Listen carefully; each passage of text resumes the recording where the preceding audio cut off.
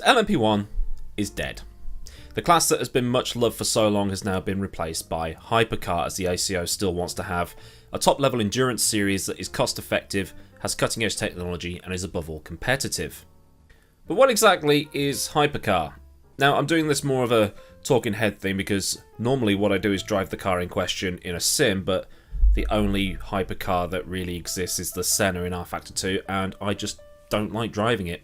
Plus, apparently people just like to stick these videos on and listen to me talk, and, you know, I'll just intersperse this cue-ball-shaped head with captions and stuff better explaining things, so moving on.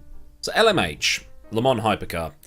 Imagine, if you will, an LMP1, but reeled in a bit. The ACO wants these things to lap the Circuit de la Sarthe at Le Mans in around 3 minutes 30 seconds, which is apparently 10 seconds-ish off the pace of what the LMP1s were doing at the end of their service life. And like I said in the opening paragraph, they need to have a level of competitiveness about them, so LM Hypercar and the new LMDh cars will be capable of doing similar lap times, but the rules will still vary for both. And even though these classes will be BOP, there is still a level of creativity about them, as shown by what Peugeot unveiled the other day, which is massive diffusers and no rear wing for efficiency or something. I don't know, I did audio engineering. Pascal Vassalon of Toyota explained it as, while in LMP1 we were told we can't do this, we can't do that, but in Hypercar it's do whatever the hell you want, but you've got to fit it within this performance window. As such, there are actually two Hypercars, much like there was LMP1 and LMP1H. But that's the theory anyway. The first type is the bespoke purpose-built machines that are used by Toyota and now Glickenhaus and Peugeot and Ferrari, assuming all of that goes to plan. The second is cars based off road-legal hypercars, but since the McLaren Senna was only a pipe dream and Aston Martin abandoned the Valkyrie to go to Formula 1, that ain't happening. We're just going to have the purpose-built ones. Which is a shame because that Valkyrie was just... well, it was just pornography. So in terms of the rulebook, the ACO has locked in the dimensions of the cars. They've also limited drive from the ICE to the rear wheels only, but the hybrid system can be sent to the front wheels if manufacturers wish it.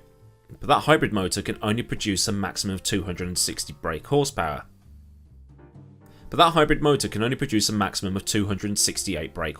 Which is that's a very specific number. There is also a rule in place that says that the hybrid cannot be deployed below 75 miles an hour in the dry. But beyond that, it's run what you want. V4 turbo, V10, V8, go for it. I mean, Toyota is using a 3.6 litre V6. Peugeot are apparently going to use a 2.6 litre V6, and both engines are supposed to be good for 670 horsepower on their own, which is the power cap. But they're going to balance the hybrid and the engine to get the most efficiency-ness out of everything. Apparently Glickenhaus aren't using a hybrid at all, they're just going to use a V8. But what is weird about LMH is that there are no cost controls in place.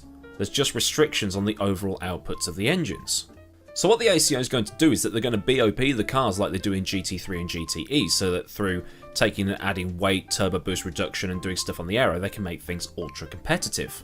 The thinking behind it is that it will stop the big players in the series from just lobbing money at things to get more aero, more engine power. And they'll basically go, well, there's no point in spending millions on this engine because it's capped to 670 horsepower, and if we spend megabucks on the aero, they're just going to slow us down anyway, so what's the point? So it's a cost cap without being a cost cap. It's Schrodinger's cost cap. But because there aren't such specific cost-cutting measures in place, it means that OEM parts can be used, much like they were in GTE. And teams can use their own brakes, their own shocks, their own rims, their own clutches, their own gearboxes, and so on. However, down in LMDh, teams have to buy their chassis from either Multimatic, Ligier, Orica, or Dallara, and the aero parameters for performance will be set. And again, it will all be BOP'd later on so that there'll be styling cues rather than the wing being absolutely massive to get rear end grip or something like that. The engine power in LMDh will be capped to 630 horsepower, while the hybrid will be capped at just 67 horsepower, which is about 20 or so off the old Curse system that was used in Formula 1 from around 2009 or so to 2013. But unlike LMH, LMDh will only be allowed to send power to the rear. No front wheel drive allowed. But this is the key thing. What this then does to LMDh is that there'll then be crossover between IMSA and the World Endurance Championship thanks to the closeness in performance between Hypercar and LMDh. This in turn means that the same cars can be run in IMSA races such as Daytona and Sebring at a much lower cost and then potentially get an outright win at Le Mans. And this is why Porsche chose to do LMDh over LMH as a constructor. I'll add now that LMDh will replace DPI, which is a class based off LMP2 and can't run at Le Mans under the old rules. Now they can, so they don't have to spend more money on a new car just to run at Le Mans, and hopefully grid sizes go up. All this works as intended, we could see the most competitive endurance racing scene in a very long time. And with Porsche, Audi and Ferrari coming back as factory-backed teams, we could see attendances, pandemic permitting, going through the roof at Le Mans, much like they did when Porsche returned with their LMP1 in 2014 or whenever it was. And that'll be great for the sport because people will now have factory-backed or factory-run teams to support. And, hopefully because of all this, endurance racing will remain healthy and well participated for many years to come.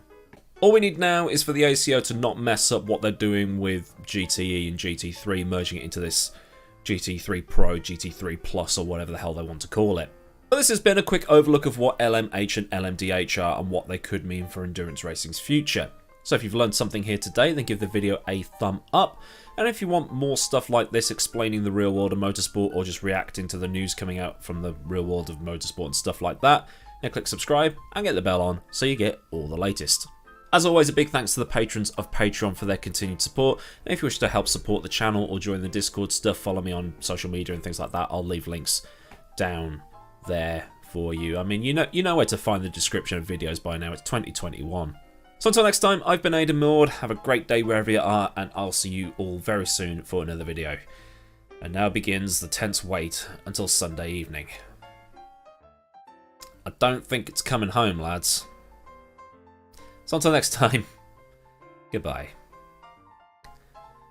Football's coming home on a bus at Watford Gap. It's coming.